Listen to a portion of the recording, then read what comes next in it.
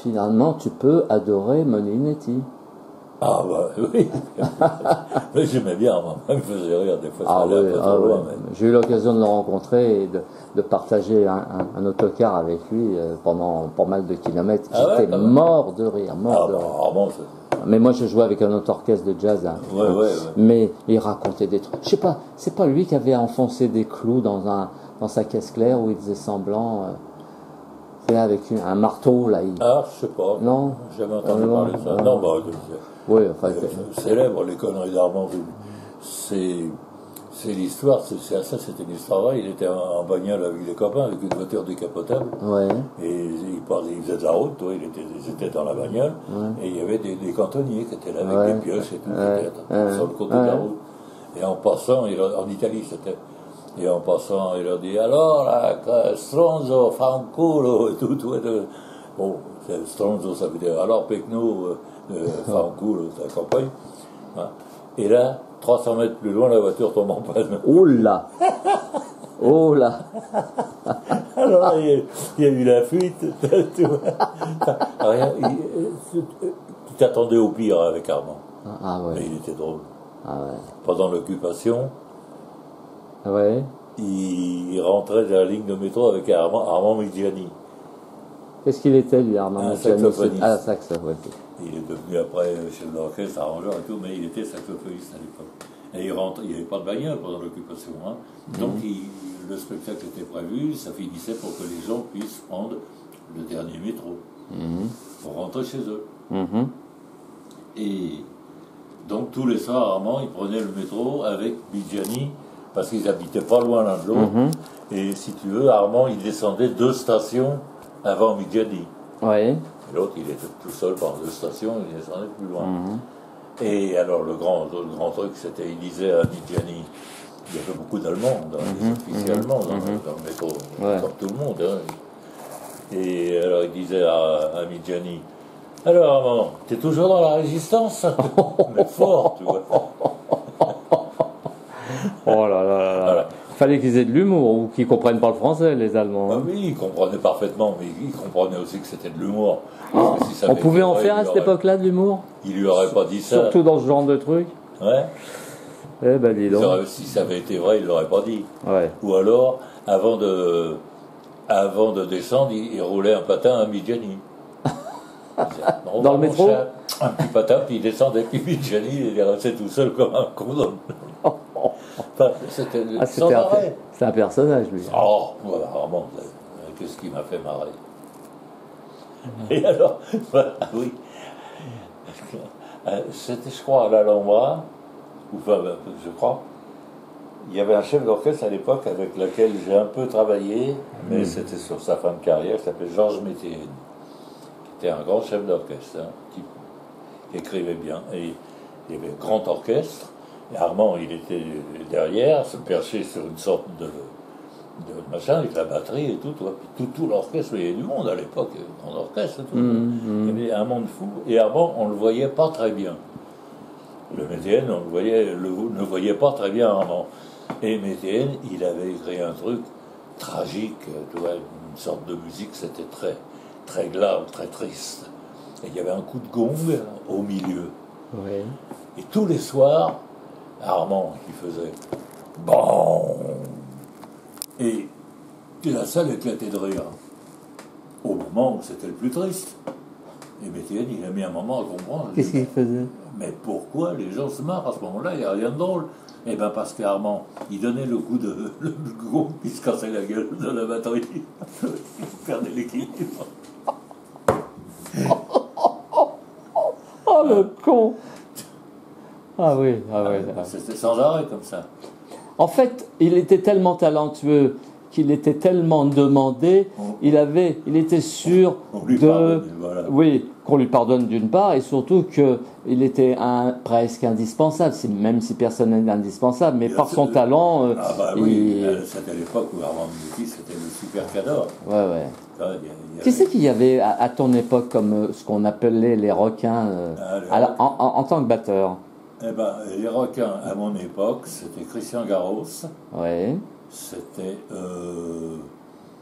André Jourdan qui faisait pas mal de séances. Armand Molinetti, bien sûr. Armand Molinetti, bien sûr. Arthur Motta. Arthur Motta. Arthur Motta aussi. Gus Vallès. Ouais. Arpino. Arpino, il est arrivé un petit peu plus tard. Pas beaucoup plus tard, mais un petit peu plus tard. Et puis il y avait toi. Et puis il y avait moi. C'est-à-dire on était 5 ou 6 à se partager le tout. Ça t'est arrivé de faire plusieurs séances dans une journée, différents avec accompagnant différents chanteurs ou... Bien sûr, souvent. Combien à peu près? 3. 3 en une journée, tu faisais des séances? 9h midi, 1h30, 5h. Ouais. Et jusqu'à 8h. Mais dans des différents studios? Ah bien sûr. Oh là là. C'était ça le problème. C'était l'âge d'or, quoi. Comment? C'était l'âge d'or. Ah bah oui. J'ai profité de la fin du métier, la bonne fin du métier, moi. D'accord. Quand j'ai commencé à un petit peu être moins demandé en studio et tout, parce qu'il y avait des jeunes batteurs qui arrivaient, et puis il y avait des qui raflaient tout, tu vois. Bien sûr. Et ça, je comprends, parce qu'il était très, très, très, très bon. Oui. Et moi, j'ai fini l'âge d'or, si tu veux. Après, sont arrivées les boîtes à rythme, des trucs comme ça, tu vois. Ah ouais, carrément. Et puis, même le système a changé. Nous, c'était à la séance, 3 heures, il fallait faire 2 morceaux, ou 3, ou des fois 4. Ouais. Bon. Mais après, c'est devenu...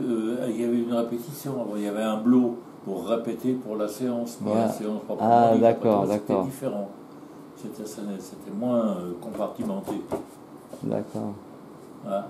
Et puis il y a eu les boîtes à rythme qui ont fait beaucoup de mal, pas seulement aux batteurs, mais même aux cordes et tout ça, tout était fait avec les cordes. Ouais. Avec l'ordinateur. Les synthétiseurs. Voilà, je cherchais le mot. Les synthétiseurs. Ouais. Mais j'ai pris j'ai rigolé, les bosses de rire. Ou alors, je me rappelle, pendant un moment, il y avait 2 batteurs dans toutes les séances du début du rock'n'roll et tout ça, avant qu'arrivent les spécialistes du rock'n'roll. Bon. Ouais. Alors, c'était toujours Molinetti, tout ça, mais moi, comme ça, c'était quand même au début du yéyé un peu, je venais souvent en tant qu'accessoiriste. D'accord. Alors, accessoiriste, ça consiste à prendre un tambourin, puis à faire pauvre tchic, tu vois, et il y avait la batterie et tout. Des fois, on était même 3. Ouais. Il y en avait un qui faisait la grosse caisse, l'autre qui faisait la caisse claire, et l'autre... Ah bon, carrément. Ouais. Et alors, il y avait la Charleston. Et la Charleston, et je me rappelle une fois, j'avais fait une séance avec Armand, il y avait sa Charleston qui marquait comme... 2 et 4. Et attends, et qui fonctionnait parfaitement là où il fallait, et avec un son tout à fait acceptable. Ouais, bon son de Charleston, bien sûr. tu vois. Et alors, le preneur de son dans la cabine, il disait à Armand, on n'entend pas la Charleston. Et alors, Armand, il appuie un peu plus et tout. Enfin, 2-3 fois, le preneur de... On n'entend pas la Charleston et tout. Alors Armand, il dit, ouvre ton micro. Mais il est ouvert, on n'entend pas la Charleston. Et Armand, il fait... Tu l'entends là? Ah, il dit, là, je l'entends pas. Ah, c'est bon, ça. Ou alors, le chef d'orchestre, il disait à Armand, par exemple, est-ce que tu peux me jouer, tu vois, dans le style d'un tel, tout ça et tout. Et Armand, la plupart du temps, il ne connaissait pas tout, tu vois, pour galérer. Et il disait, attends, accorde-moi une petite seconde. Il plongeait la main dans la valise de batterie, il sortait un bouquin, n'importe quoi. Il regardait le bouquin, qui n'avait aucun rapport avec et il disait, ah oui, d'accord, je vois ce que tu veux. Il refermait le bouquin, il mettait le bouquin et il faisait, tac, tac, tac, tac, tac. Voilà, c'est ce que je voulais. Et moi, j'étais à côté ce jour-là, et j'étais plié en deux. Ça n'arrêtait pas. Mais il n'y avait pas qu'Armand Molinetti, il y avait d'autres musiciens qui étaient drôles aussi, qui racontaient des conneries, non? Oh bah oui, mais Marseillais. Oui, Casino. C'était Casino, le trompettiste. Ah oui. Connu, sur Casino. Mais non? Bien sûr, il jouait avec vous au Palm Beach, à Cannes, dans l'orchestre de Benny Vasseur. Alors un jour, il y avait Lynn Renault comme vedette. Ouais. Et grand orchestre et tout, hein. Ouais. Et tu sais que Loulou Gasset, c'était le mari de Lynn Renault qui lui avait écrit toutes les chansons. Bien sûr, bien sûr. Et bon, alors Lynn Renault, elle chantait. Et puis à un moment, il y avait un blanc. Et puis elle disait, elle se retournait la tête vers les coulisses, elle disait, qu'est-ce que tu fais, Loulou? Ça faisait partie de la chanson. Oui, d'accord. Hein? Qu'est-ce que tu fais, Loulou? Et à ce moment-là, Casino, je cague.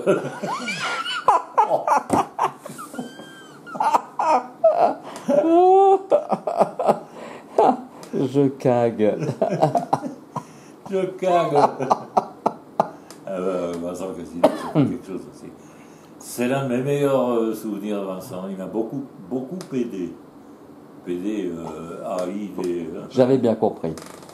Et il m'a beaucoup aidé parce que c'était l'époque où les saisons du Palm Beach, notamment la première, j'étais léger au point de vue lecture et tout. Bien sûr. Je n'avais même pas encore travaillé du tout avec Spears et tout. Oui, bien sûr. J'étais parti de l'orchestre de Luther. En fait, c'était ton apprentissage, réellement. C'était mon apprentissage de batteur de variété au studio. Ouais. Et je suis arrivé, alors je me rappelle la première attraction de la saison, c'était Lolwina Tcherina avec un ballet qui s'appelle le Lac des Cygnes. Ah oui, c'est assez connu quand même. Oui, d'accord. Mais une partition de Kessler classique. Ah. Alors, on m'amène la partition de Kessler classique. Eh oui. Tu vois, j'avais jamais vu ça de ma vie, moi. Alors j'ai dit à Béni ou à André, je ne me rappelle plus, qui étaient les deux chefs d'orchestre, j'ai dit, écoute, moi je ne peux pas jouer ça, c'est un truc de percussionniste classique déjà, et en plus je ne comprends rien. Donc ils ont fait venir un percussionniste de l'orchestre de Nice, l'opéra de Nice, et c'est lui qui a fait la partie de Kessler et tout. D'accord. Ils ont très bien compris. Mais ça, maintenant, tu ne peux plus faire ça. Ben non. Parce que j'étais avec des copains. Puis souvent, ils m'ont donné un coup de main. Il y avait à l'époque un groupe vocal qui s'appelait les Hylos. Hylos, oui. Un groupe américain de chanteurs qui chantaient pour l'époque des trucs difficiles. Tu vois. Et un jour, ils étaient engagés au Palm Beach. Et j'ai pas dormi 3 jours, les 3 nuits d'avant, tu vois, en sachant que j'allais affronter le mot. Tu avais travaillé les partages bien tranquillement. Oui, j'avais déjà entendu un peu les Hylos, mais enfin, ce que tu entends, ce qu'il faut faire. Bien sûr. Bon, alors, donc, pendant 3 nuits, j'ai pas dormi avant. Ça me rappelle ta sœur encore. Elle m'a dit, tu étais angoissée. Hein. Ah ouais, plutôt, oui. Et je suis arrivé à la répétition, Palm Beach. Et je me rappelle, le pianiste s'appelait Cliff Fisher. C'était un type qui faisait beaucoup de musique de film et tout. Un mec encore jeune pianiste, plein de talent, sympa comme tout. Et je ne sais pas si quelqu'un lui avait dit, tu sais, c'est un bon petit batteur, mais il n'a pas trop. Et Cliff Fisher, il m'a dit, il parlait un peu français, il m'a dit, sois cool, tranquille, tu vois. T'inquiète pas. Fais ce qu'il faut faire. Tout ira bien. T'inquiète pas. Et on a fait la répétition. Il ne chantait pas avec le grand orchestre, il chantait avec simplement piano, basse, batterie. Ah d'accord. Piano, basse, batterie. Quartet. Et trio plutôt. Voilà. Et donc, moi, avec les ballets, la plupart du temps, parce que tu vois, et je me rappelle, il y en a un des Hylos, à la fin du premier morceau qu'on a répété, il s'est retourné, puis il m'a fait yeah. Ça m'a fait un bien un petit peu. Ah bah oui, bien sûr, bien entendu. Voilà. Et ça s'est très bien passé avec les Hylos, très très bien. Vous avez fait combien de saisons au Palm Beach? 3. 4 j'en ai fait. 4. J'ai fait 57, 58, 59 et 77. Non. Oui. Avec Benny toujours? Non, c'est avec Basili la dernière, 77. D'accord. Avec l'orchestre de Basili et de Pierre Célin. D'accord. Mais c'est marrant parce que 57 ça a été la première et 20 ans après je me suis retrouvé encore au beach. 20 ans après, 20 bah ans oui, après, forcément. 77. Entre-temps, j'avais emmagasiné quand même un peu de métier, tu vois.